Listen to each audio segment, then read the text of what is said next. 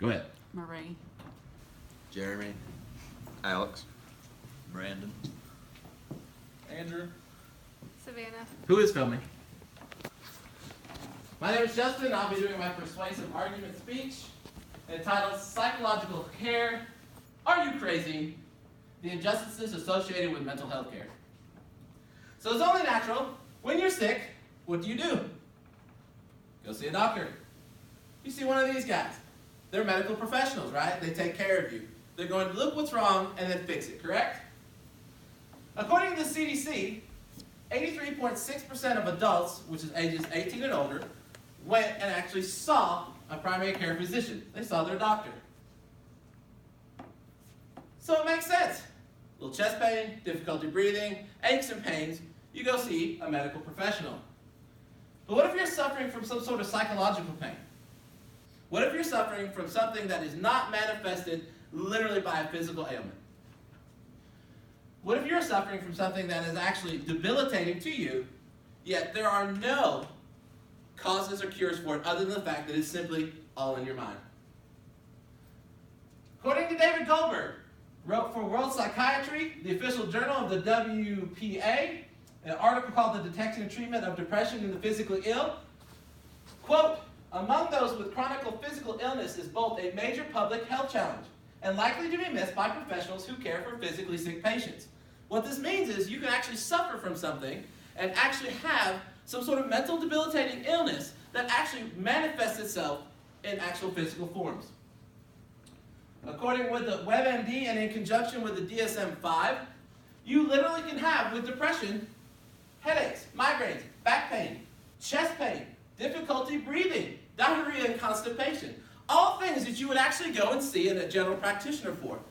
But it all can stem from your mind. So you go see one of these, right? He whips out the magic pad, uses his pen as if it's a wand, and he writes you a bunch of prescriptions for these. But did you really fix the problem?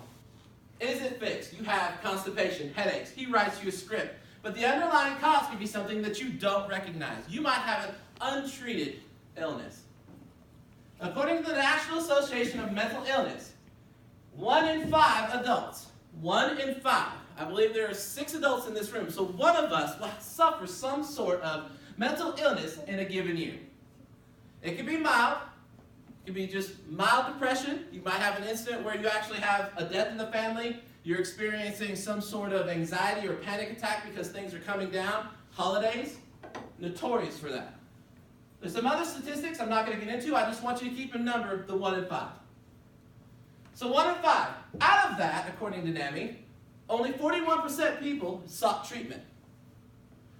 So if we do the math, there's 43.8 million people diagnosed with a mental illness. 41% of those sought treatment. That gives us 17.958 million people who sought treatment. According to this morning at 11:13 a.m., there are 326.4 billion people in the United States. Doing all the math, I did it for you, leaves us with only 5.5% of Americans that sought treatment. 20% of the population suffers from some sort of mental illness. 5.5 of us seek treatment for our mental illness. 86.3 see a doctor on a regular basis. Are you wondering why this guy is smiling?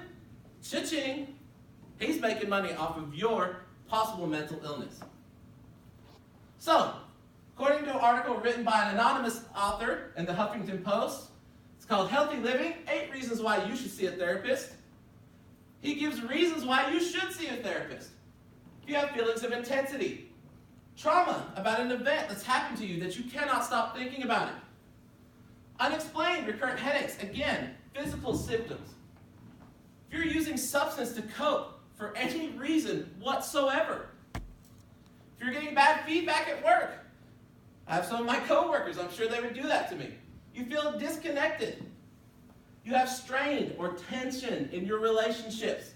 And also, if you have friends that you've told, we're concerned. So, full disclosure, there's my therapist. Her name is Sarah Bryan.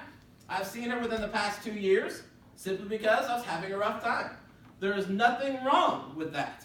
She's an excellent therapist. She does a wonderful job, and I would recommend her to anyone. So when I say to you, maybe you need to see a therapist about that, the first thing that comes to your mind is that, isn't it? You think, no, I'm not like the guy from The Shining. There's no way. I'm not Johnny. Here's Johnny. No way. And why is this? According to Joel M. Youngblood, MD, who wrote in December 2015, Psychology Today, Untreated Mental Illness, Understanding the Effects. There are three main possible reasons why we don't do this. One is the stigmatism that comes with mental illness. Second is shame and embarrassment. People are ashamed that they have been diagnosed with this. And also they call it poverty, but I'm going to actually refer to it as cost. Stigmas. It's like being branded. If you're told that you have depression, anxiety, panic, phobia, any of these conditions are literally debilitating to people's mental imagery of themselves. They feel like they're branded, like they're labeled. And there's negative connotations that come with these labels. It is unfair. If you're diagnosed with diabetes, does anyone think negatively of you having to take medication for that? No. But as soon as you say, I have anxiety and I take medication, people start thinking apparently very differently about you. Full disclosure, I am claustrophobic. Very claustrophobic. As my friend Jeremy here found out the other day, he decided to lock me in the rescue truck in the dark. I will tell you it's probably a 4x4 by about 6 compartment. And when I realized it was A, dark, and B, the door was locked, I started to flip my shit. No kidding. Jeremy will attest to that. So there's embarrassment that's associated with this. People do get embarrassed. They figure that they're crazy, they're loons, they're wackos. They think they're whack jobs and they have to go see a shrink because something is wrong with them or they're not like everyone else. That's simply not true. The cost. One of the costs is people can't afford health care. That is a reality. Even with Obamacare in place, there are still people that do not and cannot afford the actual cost of the insurance. Healthcare can also be limited. Certain amount of visits, the copay that you have to pay, 50%, 80%. It all depends on the problem with the actual healthcare themselves. In-network providers. You have to go see someone that they say. You may have to, as we know, we live far from Atlanta, we may actually have to drive to Atlanta to see somebody. Is that beneficial to us? The time that it takes, 2.5 hours, one way to drive. It's not beneficial to us. There is some legislation that was passed. I'm not going to read it all to you, but the idea behind it was that healthcare, if it was provided by an actual insurance company, it had to be associated the same and treated the same as medical and surgeries, primary care physician visits. It had to be treated the same. But there's a loophole.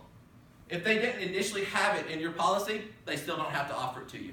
So if you do have an incidence of some sort of depression, anxiety, and you would like to go see an actual therapist, and they are in network, you can see them off your insurance. But if you don't have this to start with, you won't get it. Luckily at Dawson, we have this. I actually called today and found out. So what happens is you basically, these 1 in 5, the ones, it's 41% actually sought treatment, so that leaves 59% that did not. 90% of those people wind up actually killing themselves eventually.